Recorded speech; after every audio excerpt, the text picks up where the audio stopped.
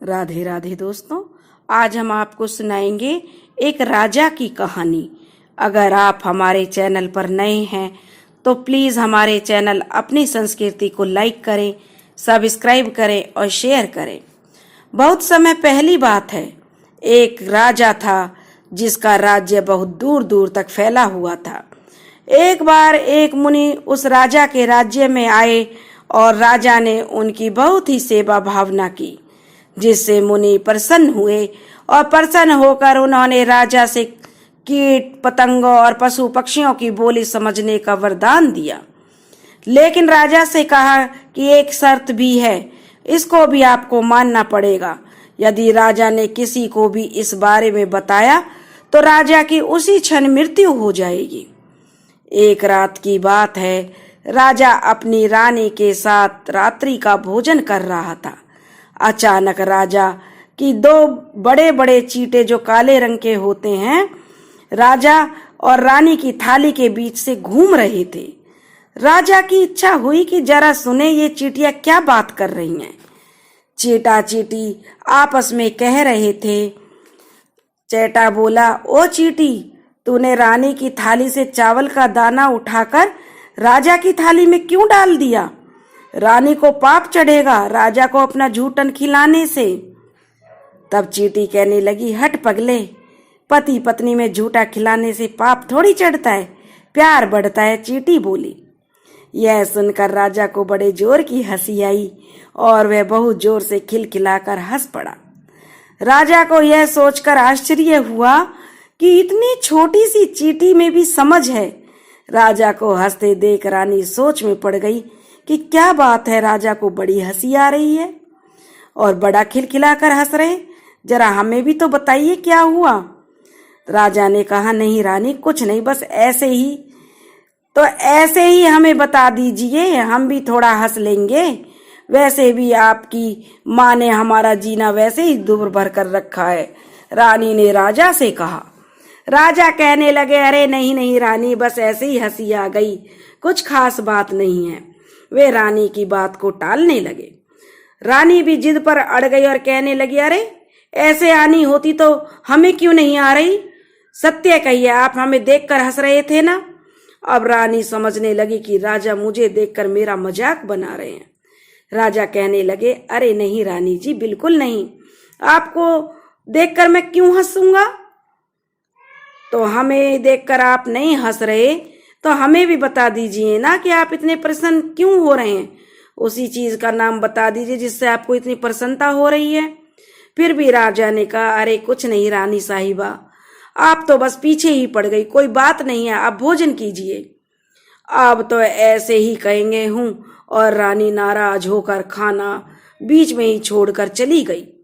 राजा का मन भी खाना खाने को नहीं करा, क्योंकि दोनों की बात बात में बहस हो गई। राजा तो जो बेचारा अपने नियम शर्त से बंधा था कि अगर उसकी भाषा के ज्ञान के बारे में किसी को बता दिया तो तत्काल उसकी मृत्यु हो जाएगी, इसलिए वह झूठ बोलकर बच जाता। लेकिन उस समय वे लोग नहीं बोलते थे, खासकर राजा या पढ़े लिखे व्यक्ति झूठ नहीं बोलते थे उस टाइम, क्योंकि वे लोग झूठ बोलना पाप समझते थे। इसलिए राजा ने झूठ नहीं बोला और बात को टालने लगा। लेकिन रानी तो जिद पर अड़ गई और वह टुनक कर अपने कमरे में जाकर जो है लेट गई। राजा अपने वस्त्र बदल कर जब रानी के कमरे में पहुंचे तो देखा रानी मुंह फुलाए अपना मुंह दूसरी ओर करके लेटी हुई थी। राजा ने जब रानी से बात करने का प्रयास किया तो रानी भड़क उठी। सबके सामने आपने हमारी जो बेइज्जती कर दी और आप बड़ा प्यार जता रहे हो। दास दासियों के आगे आप हमारा मजाक बनाते हो, हमारा भी तो कोई सम्मान है। अच्छा, राजा ने कहा, ऐसी बात नहीं है, आप हमें गलत समझ रहे हैं। तब रानी ने कहा, अच्छा ऐसी बात नहीं है तो फिर हमें बताई क्यों नहीं कि आप क्यों हंस रहे हैं?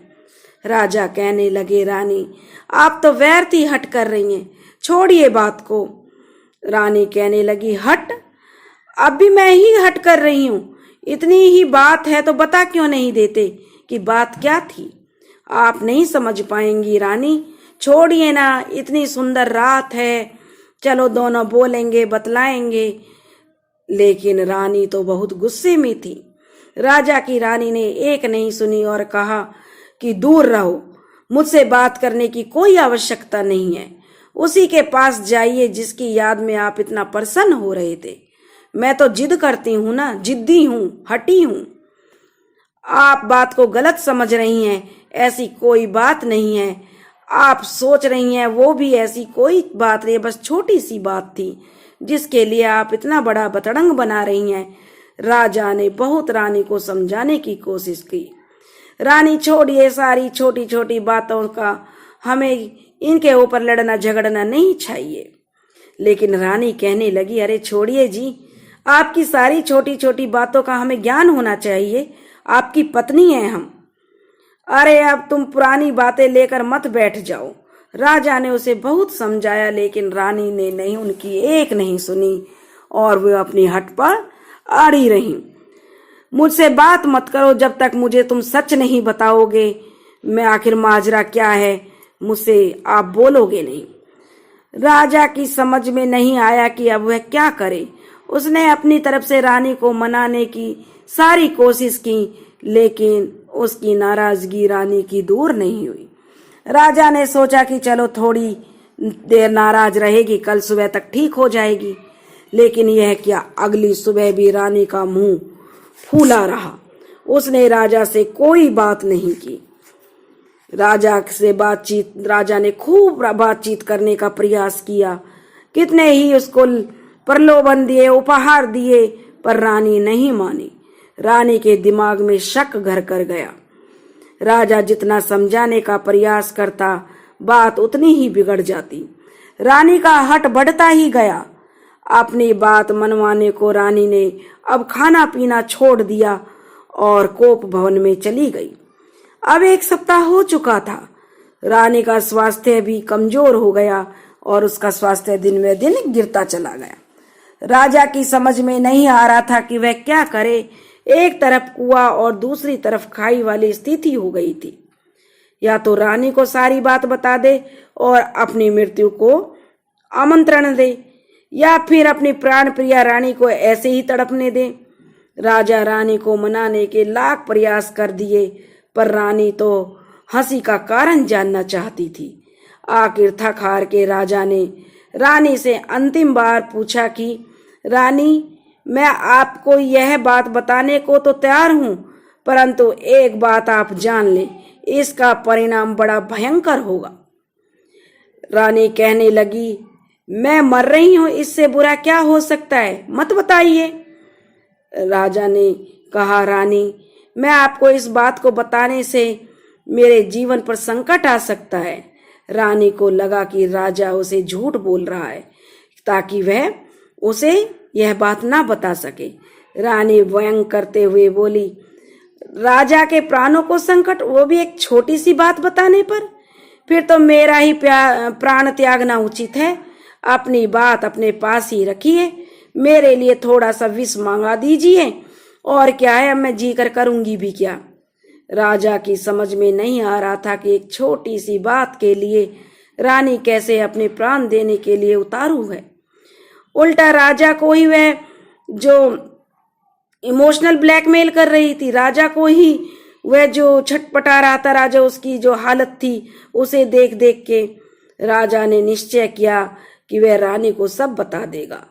साथ ही उसने सोचा, जब मरना ही है तो किसी तीर्थ स्थान में जाकर प्राण त्यागने में ही भलाई है, कम से कम मृत्यु के बाद सदगति तो होगी। राजा ने हार मान ली और उसने रानी को बताया कि वह बात बताने के लिए तैयार है कि वह क्यों हंसा था, उसे क्यों हंसी आई थी। रानी अब अपने मन ही मन में बहुत खुश हुई कि आखिर वह जीत गई।